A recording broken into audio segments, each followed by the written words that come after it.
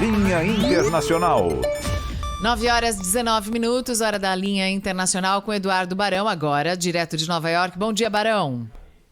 Olá, Mariana. Bom dia para você, para o Pedro, para a Thaís, todo mundo aí da Rádio Bandeirantes. Quer dizer que Temos a farmacêutica importantes por aqui. A farmacêutica Pfizer vai solicitar um uso emergencial da vacina para Covid-19? Já tem um prazo agora tão pertinho, final do mês de novembro?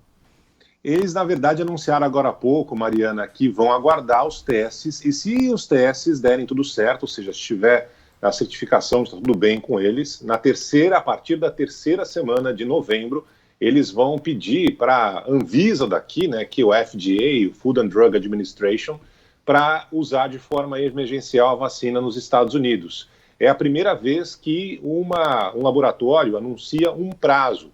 A Pfizer está realizando os testes em parceria com o laboratório alemão BioNTech, não só aqui nos Estados Unidos, como também no Brasil e em outras partes do mundo. É claro que é um avanço, né? Se falar em data, a gente estava aguardando isso há tanto tempo por aqui, e aparentemente é isso que vai ser feito. Mas, de qualquer forma, isso frustra as expectativas do presidente americano Donald Trump, que tinha dito que antes da eleição, marcada para o próximo dia 3 de novembro, algum laboratório já teria conseguido chegar à vacina. Então, a data prevista para começar a pedir a autorização emergencial é a terceira semana de novembro. De qualquer forma, pelo menos uma data foi dada em meio a tantos testes que têm sido realizados, não só aqui nos Estados Unidos, como também em outras partes do mundo.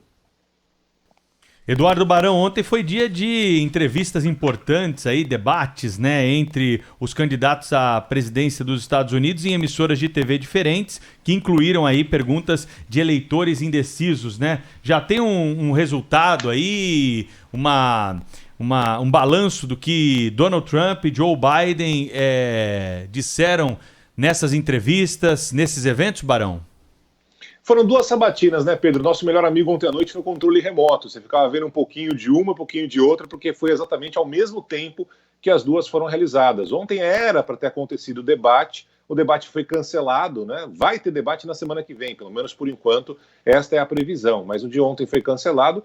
O do Trump foi muito mais, assim, animado, porque a âncora fez várias perguntas incisivas, importantes para ele, diferentes assuntos que estão aqui na pauta do dia, o imposto de renda baixo que ele pagou, a situação da pandemia do coronavírus, agora chegando a 8 milhões de infectados e os números crescendo aqui nos Estados Unidos. Já a do Joe Biden não foi das mais animadas, não. O Joe Biden tem um perfil político que lembra um pouco o Alckmin, o Suplicy, aí no Brasil. Mas depois que foi terminada a sabatina com os eleitores, muito perguntando ali, eleitores do Partido Republicano, Democrata, eleitores indecisos, o Joe Biden ficou mais 1h30 conversando com os eleitores depois que o programa tinha acabado. Então, para você ver um pouco do perfil de cada um. Se alguém tiver que cantar vantagem, foi o Trump, que deu mais audiência aqui, já que foi ao mesmo horário, né, em canais diferentes nos Estados Unidos, mas o Biden está à frente em todas as pesquisas, faltando agora menos de 20 dias para a eleição nos Estados Unidos. Eduardo Barão, direto de Nova York, conosco. Como é que está o tempo hoje aí em Nova York, hein, Barão? Rapaz, está começando a cair a temperatura, por isso a preocupação justamente com a terceira chegada aqui da onda de coronavírus no país, mais de 60 mil infectados só ontem, os números crescentes por aqui, inclusive com a possibilidade de mais comércio, indústrias voltarem a fechar, o que também é preocupante para a economia, viu, Pedro? Bom fim de semana para você, até semana que vem, hein?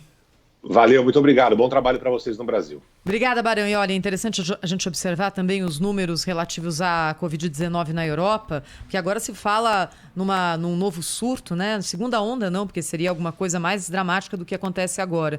E o que acontece o número de casos voltou a crescer em alguns lugares, especialmente Portugal, de forma quase exponencial. Porém, há uma boa notícia nisso, que é o número de mortes não acompanha a mesma proporção do número de casos em relação ao primeiro surto, ou a primeira onda da doença na Europa. O que indica que, de fato, o que aconteceu até agora é que os médicos, os hospitais, a ciência fez com que, na ponta, os médicos soubessem tratar melhor essa doença. O nível de infecção continua muito alto, porém a taxa de mortalidade é consideravelmente menor do que no começo, na primeira infecção, lá em fevereiro, março, na Europa, Mariana. Eles conseguiram entender quais são os remédios que funcionam, conseguiram compreender melhor o processo do tratamento, mas também tem aquele argumento muito ouvido de que a gente ia chegar em algum momento nessa imunidade de rebanho e que a letalidade diminuiria a partir do momento em que toda a população já tivesse sido exposta ao vírus.